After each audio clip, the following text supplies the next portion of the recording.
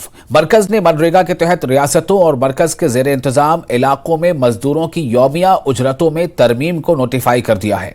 यौमिया मजदूरी की शरह में इजाफा किया गया है। ताज़ा तरमीम के तहत जम्मू कश्मीर में यौमिया उजरत 259 रुपए होगी, जबकि हिमाचल प्रदेश में गैर शेड्यूल्ड इलाकों में यौमिया मजदूरी 236, जबकि शेड्यूल्ड इलाकों में उजरत 295 रुपए होगी।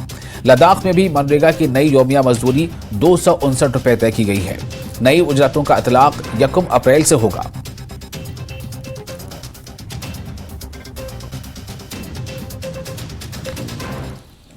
और आम इंतखाबात के दूसरे मरहले के लिए नोटिफिकेशन जारी कर दी गई है। आज से 4 अप्रैल तक कागजात नामजदगी दाखिल किए जा सकेंगे। 5 अप्रैल को कागजात की जांच पड़ताल होगी और 8 अप्रैल को नाम वापस लिए जा सकेंगे।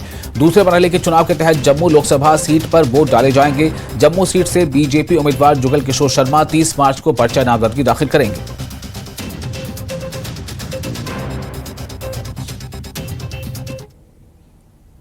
पीडीपी सदर महबूबा मुफ्ती ने कहा है कि उनकी पार्टी ने मुसलसल एफस्पा को हटाने के साथ साथ फौजियों को बतदरीज हटाने का मुतालबा किया है।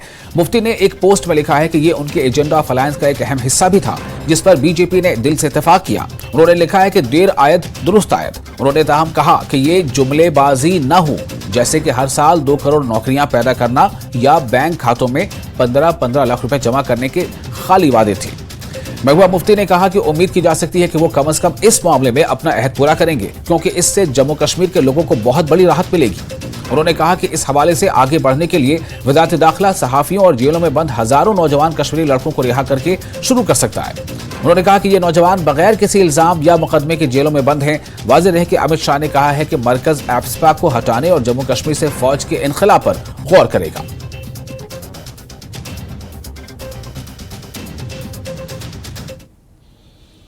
और नेशनल कॉन्फ्रेंस के नायब सदर उमर अब्दुल्ला ने अमित शाह के एफस्पा से मुतालिक बयान पर कहा है कि ये पहले करने की जरूरत थी, क्योंकि वो दावा करते हैं कि अब हालात मामूल पर आ चुके हैं। उन्होंने कहा कि वो 2011 से एफस्पा की मनसूखी का इंतजार कर रहे हैं। उन्होंने कहा कि अगर वो इसे हटाते हैं तो ये अच्छी बात है।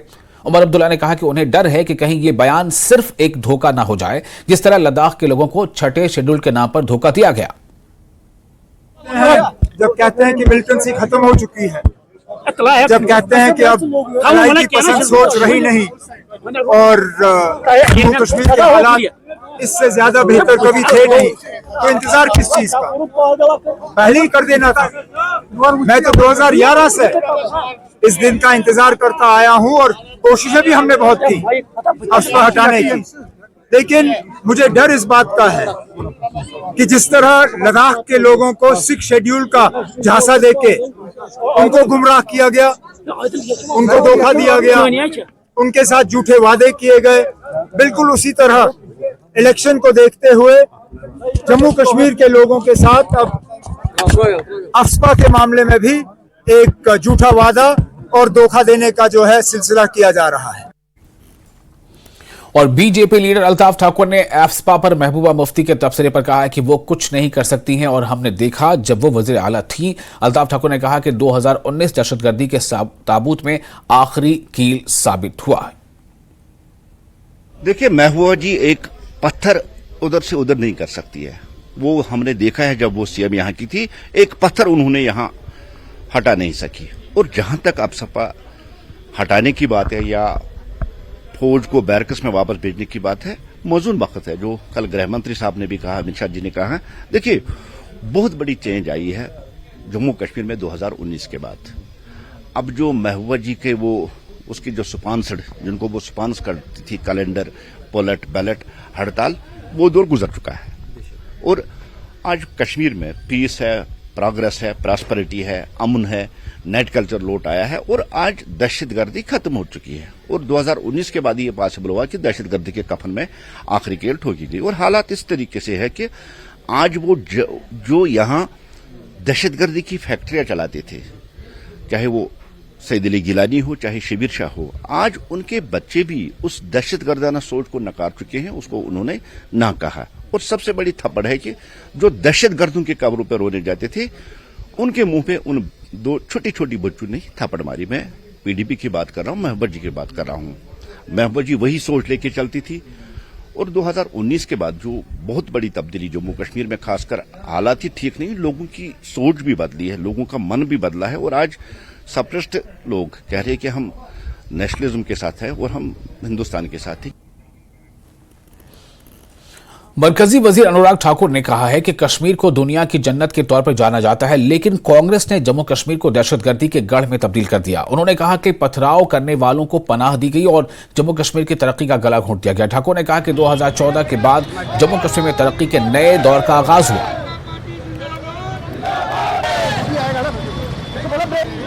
कई कारण रहे कि आज़ादी के बाद कांग्रेस ने एक और से जो स्वर्ग कहा जाता था जम्मू कश्मीर, उसको आतंकवादियों का गढ़ बना दिया था, पथरावबाजों की धरती बना दी थी और कहीं ना कहीं जम्मू कश्मीर के विकास पर रोक लगा दी थी और हत्याएं दिन प्रतिदिन बढ़ती थी। लेकिन 2014 के बाद जम्मू कश्मीर ने बदलाव देखा। अनुच्छेद 370-35 को सदा सदा के लिए ख़त्म कर दिया गया और जम्मू कश्मीर में सदा सदा के लिए विकास, समृद्धि, खुशहाली इसका आना हो गया। यहाँ पर पर्यटकों की संख्या 2 करोड़ पार कर गई, जो अपने आप में रिकॉर्ड है। यहाँ पर निवेश रिकॉर्ड आ रहा है। यहाँ पर टूरिस्ट की संख्या के कारण रोजगार स्वरोजगार के अवसर मिल रहे हैं। जो जम्मू कश्मीर में खुशहाली आई है, जो सुरक्षित अपने आप को महसूस करते हैं, आने वाले समय में जम्मू कश्मीर की पुलिस ही यहाँ पर सुरक्षा दे और यहाँ पर अफस्पा भी ना हो, उस दिशा में हम लोग आगे बढ़ सकते हैं। कांग्रेस की सोच महिला विरोधी है। उन्होंने 60 साल राज किया लेकिन महिलाओं के लिए कुछ नहीं किया। लेकिन गरीब माँ का बेटा नरेंद्र मोदी जी जब देश के प्रधानमंत्री बने तो नारी शक्ति के सम्मान में जहाँ 1 और 4 करोड़ पक्के मकान दिए, 12 करोड़ शौचालय महिलाओं को इज्जत घर बनाकर दिए, 13 करोड़ बहनों को घरों में नल से जल दिया, वहीं पर 60 करोड़ बहनों को 60 करोड़ बहनों को और भाइयों को मुफ्त में इलाज आयुष्मान भारत में दिया, 80 करोड़ लोगों को मुफ्त में अनाज दिया, वहीं पर 10 करोड़ बहनों को रसोई गैस का सिलेंडर देकर उनको रोजमर्रा की जिंदगी में बहुत सुविधाएं दी हैं। तो 33% आरक्षण विधानसभा से लेकर लोकसभा में नारी शक्ति बंधन बिल से दिया है। मोदी जी नारी शक्ति बंधन बिल लाते हैं, राहुल गांधी जी शक्ति से ही लड़ने की बात करते हैं। जम्मू में प्राइवेट बस ड्राइवरों की हड़ताल चल रही है। इलेक्ट्रिक बसों और ई रिक्शा के खिलाफ प्राइवेट बस ड्राइवरों ने चक्का जाम किया है। ट्रांसपोर्टर्स आज जेएमसी कमिश्नर राहुल यादव से मुलाकात करेंगे।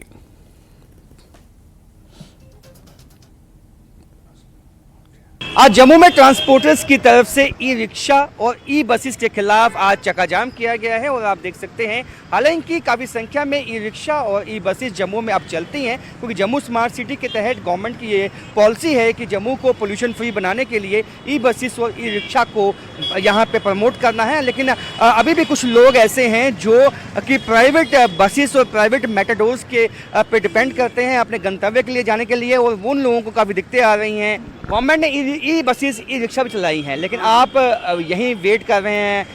क्या वहाँ जहाँ आपको जाना है, क्या वहाँ पे ई बसेस नहीं चलती? नहीं, बस तो जाइए, रश बहुत है। आज गाड़ी बंद है ना, गाड़ी बंद की वजह से गाड़ी फुल आ रही है भर के, तो ई बस भी नहीं रुक रही है। जो अच्छा, इनका कहना है ट्रांसपोर्टर्स का ई बसेस को ई रिक्शा को बंद किया जाए, लेकिन पब्लिक को सहूलियत मिली है इससे, आपको लगता है? हाँ, इससे बहुत लोग वो हुए हैं, फ़ायदा हुआ है इसको।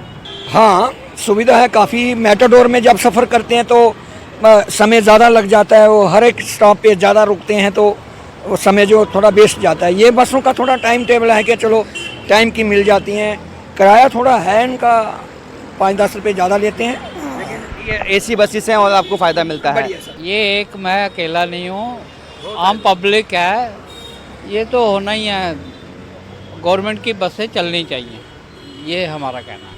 देखिए, आपके जो आम लोग हैं उनका कहना है कि जो गवर्नमेंट बसेस हैं वो चलनी चाहिए, कि वहाँ पे उनको जो सुविधाएं हैं वो ज़्यादा मुहैया होती हैं। वो एसी बसेस हैं, गर्मियों का मौसम आने वाला है, लेकिन दिक्कत कहाँ पे है कि आज जब प्राइवेट मेटाडोर्स और बसेस बंद हैं और यहाँ पे बसेस जो हैं ई बसेस जो गवर्नमेंट की तरफ से अब हाल ही में जिसकी शुरुआत हुई है वो संख्या में कम है और लोग बहुत ज़्यादा हैं, इसलिए काफ़ी भरी हुई वो बसेस आ रही हैं और इनका कहना है कि इसीलिए इनको दिक्कतें आ रही हैं।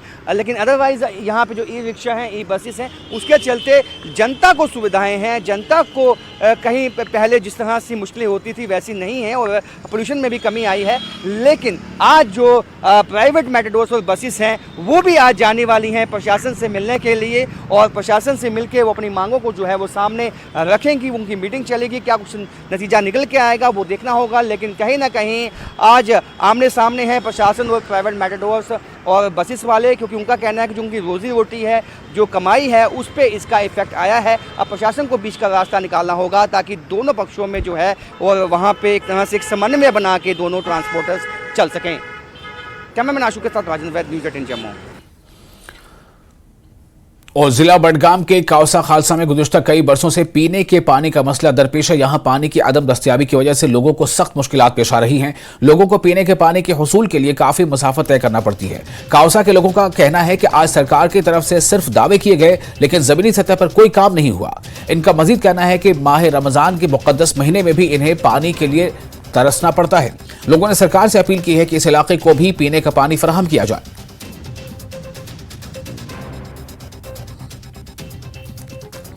सारी आब वातान पत्म गवर्नमेंट आज गवर्नमेंट ड्रेन सिस्टम ये गांद चौपरी ये तन वन कोव फॉरवर्ड गई तमा वात नलकुक आब जन वातान कसम वन वल्ला अगर जा नलकुक आब न उम्मीद वात जान न वोत न वात 40 वरी गई यो फरियाद करान, कोई भी सुनने के लिए तैयार नहीं। आती है या यहाँ से श्रीनगर से जो लाइन आती है नारबल वार्ड 1 औरत तक है वो, लेकिन 3 किलोमीटर फासला है नारबल और काउसा में, हमें वो पानी नहीं मिल रहा है। उधर से भी जो आ रहा है पानी खान साहब बीरवा से, तो वो भी तकरीबन रटसुन मखामा को टच करता है, इवन पटकान्यामा को भी वो टच करता है और हमारी 2 किलोमीटर में नहीं है यह।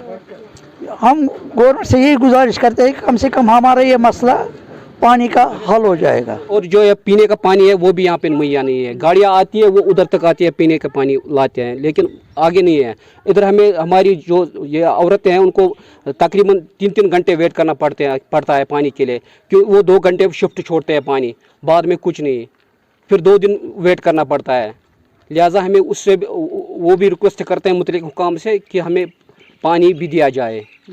ये टोटल आब दोह पे प्यार नलकस तल टोटल आब ना माजूम गसन पे थोड़े आब कहें ना कहें ना कत आय कहें वन ई मगर आय ना कहें न सड़क कुन कस। और फिलहाल एक छोटा सा ब्रेक लेते हैं, ब्रेक के बाद खबरों का सिलसिला जारी रहेगा।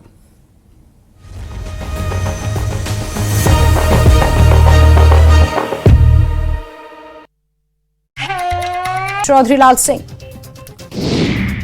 पुंछ में राजा सुखदेव सिंह जिला अस्पताल के पास स्थित गुरुद्वारे में बम विस्फोट से दहशत का माहौल। ब्लास्ट की जांच के लिए फॉरेंसिक टीम जांच के लिए पहुंची। विस्फोट से गुरुद्वारे की बाहरी दीवार और आसपास के घरों की दीवारों को पहुंचा नुकसान। एसजीपीसी अध्यक्ष एडवोकेट हरजिंदर सिंह धामी ने विस्फोट की घटना की कड़ी निंदा की। सोशल मीडिया के जरिए उन्होंने जांच एजेंसियों से इस घटना की गहनता से जांच की मांग की। राजौरी में राजकीय प्राथमिक विद्यालय की हालत जर्जर, विद्यालय को असुरक्षित किया गया घोषित। स्कूल में पढ़ने वाले छात्रों के अभिभावकों ने जिला प्रशासन से इस स्कूल की मरम्मत करवाने की मांग की। एसएसपी रोहित बस्कोत्रा ने जम्मू कश्मीर राष्ट्रीय राजमार्ग की स्थिति का लिया जायजा। उधमपुर का किया दौरा, राजमार्ग को आवाजाही के लिए खोल दिया गया है। एनसी ने मध्य कश्मीर में अपने चुनाव अभियान की शुरुआत। इस मौके पर उमर अब्दुल्ला के साथ पार्टी के वरिष्ठ नेता रहे मौजूद। गठबंधन में जारी हुआ के बीच नेशनल कॉन्फ्रेंस उपाध्यक्ष उमर अब्दुल्ला ने कहा वो इंडी गठबंधन के थे, हैं और रहेंगे। Jammu Kashmir nationalist people's front के अध्यक्ष शेख मुजफ्फर आगामी लोकसभा चुनाव में दक्षिण कश्मीर से चुनाव लड़ेंगे। डोडा पुलिस से फरार चल रही महिला को गिरफ्तार किया। 16 साल से फरार थी महिला।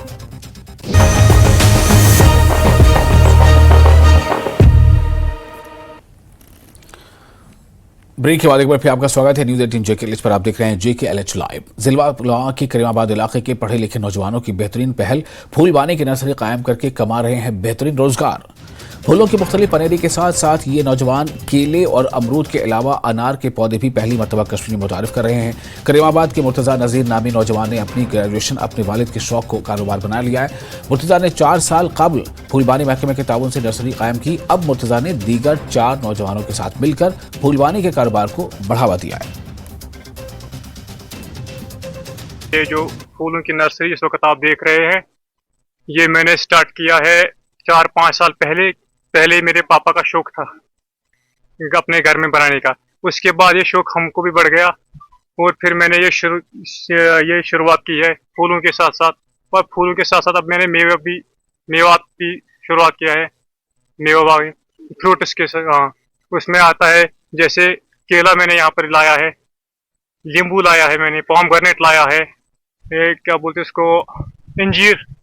हाँ, इसके साथ साथ हाइब्रिड, जिस तरह हाइब्रिड होते हैं, और मैं जिस तरह वो मदर प्लांट भी आते हैं उनके साथ भी काम कर रहा हूँ। इस वक्त मेरे साथ कम से कम 5-10 यूथ जुड़े हुए हैं, क्योंकि जो भी इस वक्त TDC पास है, ग्रेजुएट है, MA वाले हैं। मैं भी इस वक्त ग्रेजुएट हूँ। यहाँ आजकल जॉब मिलना बहुत ही मुश्किल हो गया है, इसलिए हमने सोचा क्यों ना हम अपना भी एक बिजनेस, छोटा मोटा बिजनेस स्टार्ट करें, जिससे हमारा भी रोजगार हो जाए और हमारे दोस्तों का भी रोजगार हो जाए। जो इस वक्त नशे की हालत में यहाँ पे हो रहा है, हमने सोचा कि क्यों ना हम अच्छा सा काम स्टार्ट किया। मुर्तजा है, उसने कुछ यूथ्स के साथ मिलकर ये यहाँ पर हाईटेक नर्सरी कायम करके जो फूलबानी सनत को फरोग दिया है। साथ साथ में उन्होंने कुछ ऐसे मेवाजात को भी यहाँ पर इंट्रोड्यूस किया है जो कि अब तक यहाँ पर वादी कश्मीर में नहीं थे, जिन खासकर केला या कीवी या बाकी चीजें, तो उनको भी इन्होंने यहाँ पर मुतारिफ किया है। उन्होंने अपने साथ पढ़े लिखे बेरोजगार नौजवान जो है सरकारी नौकरियों के पीछे भाग रहे हैं, तो उन्होंने एक नई मिसाल कायम की है। उन्होंने कुछ नौजवानों को अपने साथ मिलाकर ये कारोबार यहाँ शुरू किया है और इस सनत को फरोग देने के साथ साथ अपने लिए बेहतर रोजगार हासिल किया है। बिलाल खान, न्यूज़ 18, करीमाबाद, पुलवामा।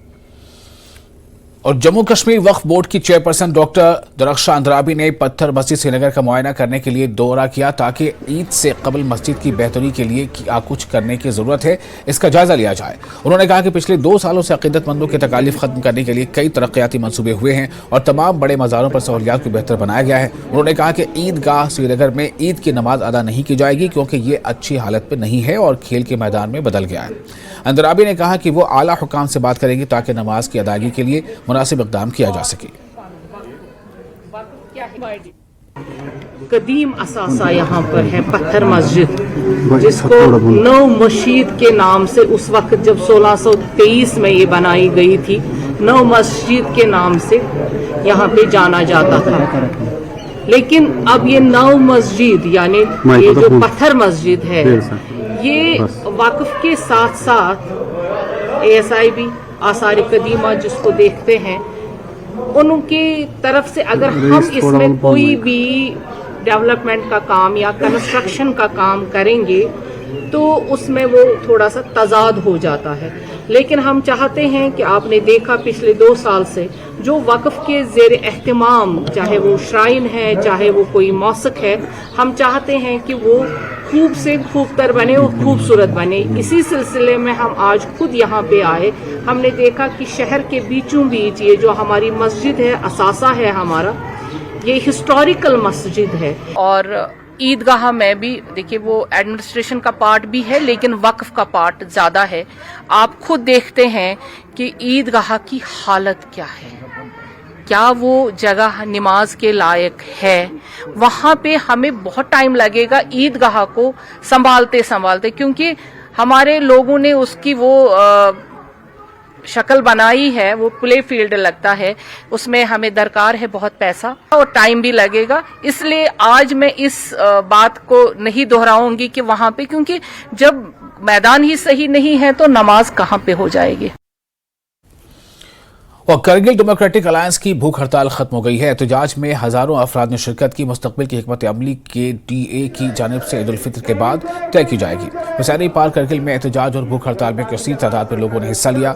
छठे शेड्यूल और रियासत का दर्जा देने समेत दीगर मुतालबात को उजागर किया गया।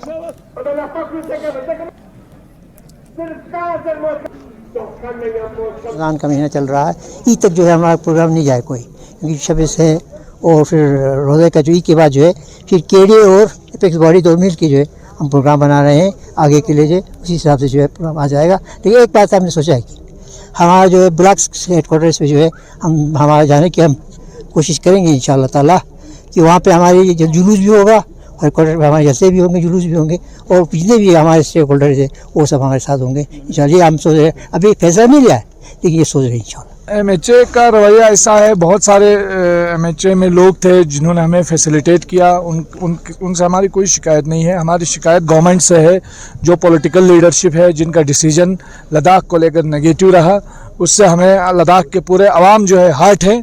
तो बड़ा अनफॉर्चुनेट है क्योंकि उन्होंने अपना किया हुआ वादे से वो मुकर गए हैं। अदरवाइज MHA के ऑफिशियल्स के साथ हमारा कोई ये नहीं, बहुत अच्छे हमारे रिलेशंस है, कोर्डियल। ये सारी चीज़ें हमारी जब नेक्स्ट मीटिंग होगी उसी में हम डिसाइड करेंगे और साथ ही साथ आपको बहुत खूबसूरत तरीके से कन्वे करेंगे। जो भी हमारी एपेक्स और KDA की जॉइंट मीटिंग होगी, पहले कोर कमेटी की मीटिंग होगी उन सारे इश्यूज़ पे, फिर इसके बाद आपको कन्वे की जाएगी। और दिल्ली में कश्मीरी पंडितों ने दिल्ली हुकूमत के महकमा महसूलात के खिलाफ एहतजाज किया। दिल्ली हुकूमत के इस हुक्म की शदीद मुखालफत का इजहार किया जिसके तहत खुद एलानिया में कई शिक्के शामिल की गई हैं। कश्मीरी पंडित दिल्ली हुकूमत के एडिशनल वेरिफिकेशन ऑर्डर और इसमें शामिल इस शिक के खिलाफ एहतजाज कर रहे हैं जिसके तहत कश्मीर पंडित फैमिलीज के आधार कार्ड, प्रॉपर्टी की आमदनी के हद और गैजेटेड ऑफिसर की तरफ से अटेस्टेड दस्तावेजात की शर्त लगाई गई है। कश्मीर पंडितों का इल्जाम है कि हुकूमत इन्हें मिलने वाले रिलीफ को रोकने की तैयारी कर रही है और कश्मीरी पंडितों को हिरासा किया जा रहा है। महकमा रेवेन्यू के इंतजामिया से बातचीत के बाद कश्मीरी पंडितों को यकीन दिलाया गया है कि मसले को 10 अप्रैल तक हल कर लिया जाएगा। केंद्र सरकार को, आदरणीय गृह मंत्री जी को फिर से विनती कर रहा हूं, जो हमारी डिमांड है, जो कश्मीरी पंडित है 13,000 एक परिवार के लिए बहुत कम है और इस दिल्ली जैसे एक महंगाई शहर में कुछ नहीं होता है। एक जो परिवार का एक रेंट है वो 25,000 रुपये रेंट है, कहाँ से देगा? वो खाएगा क्या? दवाइयाँ है। तो फिर से मैं आप रिक्वेस्ट करूंगा, आज मैं केंद्र सरकार से, क्योंकि आज तो इलेक्शन है नहीं कर सकते, जब भी अगर वो फिर से पावर में आए तो इस जो ये हमारी डिमांड है कि जो 25,000 रिलीफ एक कश्मीरी पंडित परिवार को मिलना चाहिए, वो हम उनसे डिमांड करते हैं। देखते क्या हो 10 अप्रैल तक। आप क्या चाहते हैं? हम चाहते हैं जो हमने बोला उनको कम से कम वो करे, वो तभी तो हम संतुष्ट हो, नहीं तो वो क्या क्या डिमांड है आपकी? एक बात है, पाकिस्तान से जो लोग आए हैं उनको रिलीफ मिल रहा है, उनको हर चीज, राशन कार्ड सब कुछ बनाया गया। और कश्मीरी पंडित 90 से यहाँ वो खा रहे हैं, भटक रहे हैं, रोडों पे भटक रहे हैं, हमारे लिए कोई सुनवाई नहीं है। हम कहना चाहते हैं, मैं आपकी चैनल का बड़ा आभार प्रकट करता हूँ कि आपने कश्मीर में कश्मीरी पंडित जो है, जो पूरे भारतवर्ष में एक लुप्त होने की कतार पे है, जिनको अपने घरों से निकाल के रोडों पर रहने के लिए मजबूर किया। मैं आपके चैनल के माध्यम से केंद्र सरकार को यह पूछना चाहता हूं, क्यों हर बार एक नया अफसर आके हमें हमारा एक शोषण करता है। और चूंकि हम हथियार हमने नहीं उठाए, हम नेशनलिस्ट हैं, हम देश के लिए जान देने के लिए तैयार हैं और हमने देश के लिए ही कश्मीर छोड़ा था। नतीजा आज हम रोडों पे हैं और हमारी सबसे ज्यादा ह्यूमिलिएशन अगर होती है तो वो सिर्फ कश्मीरी कम्युनिटी की होती है। और सोनमर्ग की कुदरती खूबसूरती, इसकी बर्फ से ढकी चोटियों और सब्ज वादियां दुनिया भर से आने वालों को अपनी तरफ मुतवज्जह कर रही हैं। मकामी मईशत सयाहत पर परवान चढ़ती है। यहाँ बहुत से होटल, दुकानें और रेस्तोरां सयाहों की ज़रूरियात को पूरा करते हैं। सयाह सोनमर्ग में मुख्तलिफ सरगर्मियों से लुत्फ़अंदोज़ हो रहे हैं। इर्द गिर्द की खूबसूरती और पुरअमन माहौल से फितरत से मोहब्बत करने वालों और एडवेंचर के शौकीन अफराद के लिए एक बेहतरीन मंजिल बनाता है। मजमूई तौर पर सयाह सोनमर्ग में अपने तजुर्बे से खुश हैं और इस तरह की कुदरती खूबसूरती का मुशाहिदा करने के मौके के लिए शुक्रगुजार हैं। सयाह इस इलाके की सफाई और अच्छी तरह से बरकरार रखने वाले माहौल को देखकर खुश होते हैं। मकामी हुक्काम और लोग सोनमर्ग के कुदरती हुस्न को पाक रखने के लिए ठोस कोशिश करते हैं। मैं कोलकाता वेस्ट बंगाल से आया हूँ, सोनमर्ग घूमने आया हूँ। बहुत सुंदर जगह है, लग रहा है हम स्वर्ग में आ गए हैं। और यहाँ के लोग साहब बहुत अच्छे हैं और नीट एंड क्लीन है, व्यवस्था बहुत अच्छा है। और यहाँ के गवर्नमेंट को मैं बहुत बहुत धन्यवाद बोलना चाहता हूँ। और बहुत अच्छा टूरिज्म को और एक्सप्लोर करे, लोग और आए, टूरिस्ट और बढ़े। मैं पुणे से हूँ लास्ट 6 डेज से मैं कश्मीर में हूँ वेकेशन के ऊपर। कश्मीर में मैंने गुलमर्ग देखा है, सोनमर्ग देखा है और पहलगाम भी देखा है। बहुत अच्छी जगह है। I recommend almost everybody to come to Kashmir and enjoy the snow, enjoy the nature. Sir Sonamarg में जब हम मॉर्निंग में पहुंचे थे तो साफ सफाई बहुत अच्छी थी, सब जगह स्नो था। लोगों ने काफी तरह से सफाई, और जो सफाई कर्मचारी उन्होंने भी काफी अच्छी सफाई रखी थी। और जम्मू कश्मीर पीडीपी के सदर और साबिक वज़ीर आला महबूबा मुफ्ती ने मरकजी वज़ीर दाखिला अमित शाह के इस बयान का खैरमकदम किया है जिसमें उन्होंने आने वाले दिनों में जम्मू कश्मीर से एफ्सपा को मनसूख करने का वादा किया है। एफ्सपा की मनसूखी पर उन्होंने कहा कि यह महज जुमलाबाजी नहीं होना चाहिए, बल्कि मरकजी हुकूमत को इस सिमत में अमली इक़दाम करने होंगे। एफ्सपा का रिवोकेशन है या सिविलियन एरिया से सिक्योरिटी फोर्सेस बाहर निकालने की बात है, बैरक्स में आर्मी को भेजने की बात है, ये जम्मू कश्मीर के लोगों की बहुत ही इम्पोर्टेंट डिमांड रही है और कई सालों से रही है और पीडीपी इसकी हर वक्त वकालत करती रही है। और यही वजह है कि जब हमने बीजेपी के साथ अलायंस किया तो उस अलायंस, एजेंडा ऑफ अलायंस का ये बहुत बड़ा हिस्सा था कि जो ही जम्मू कश्मीर में हालात बेहतर हो जाते हैं, एफ्सपा को भी खत्म किया जाना चाहिए और सिक्योरिटी फोर्सेस को भी सिविलियन एरियाज से बाहर निकालना चाहिए। तो आज जब होम मिनिस्टर साहब इसकी बात करते हैं तो हम ये कहेंगे देर आए दुरुस्त आए, क्योंकि जब भी महबूबा मुफ्ती या पीडीपी इसकी वकालत करते थे, इसकी बात करते थे, तो मुझे कहा जाता था ये एंटी नेशनल है, ये आर्मी के खिलाफ है, ये मुल्क के खिलाफ है। तो अब हम ये सोच रहे हैं कि बात इलेक्शन के वक्त इन्होंने की है, क्या ये वाकई सीरियस है या ये एक जुमला है? क्योंकि आपको याद होगा कि जब इन्होंने कहा 2 करोड़ नौकरियां देंगे हर साल में, इन्होंने कहा था कि गैस का सिलेंडर कांग्रेस 450 में दे रही है, हम 400 में देंगे। इन्होंने कहा था 15 लाख रुपए हम हर गरीब के अकाउंट में जमा कराएंगे। ऐसा तो कुछ भी नहीं हुआ। और इसके साथ ही इस बुलेटिन में फिलहाल इतना ही, लेकिन न्यूज़ 18 जे के लिए इस पर लगातार बड़ी और अहम खबरों का सिलसिला जारी रहेगा।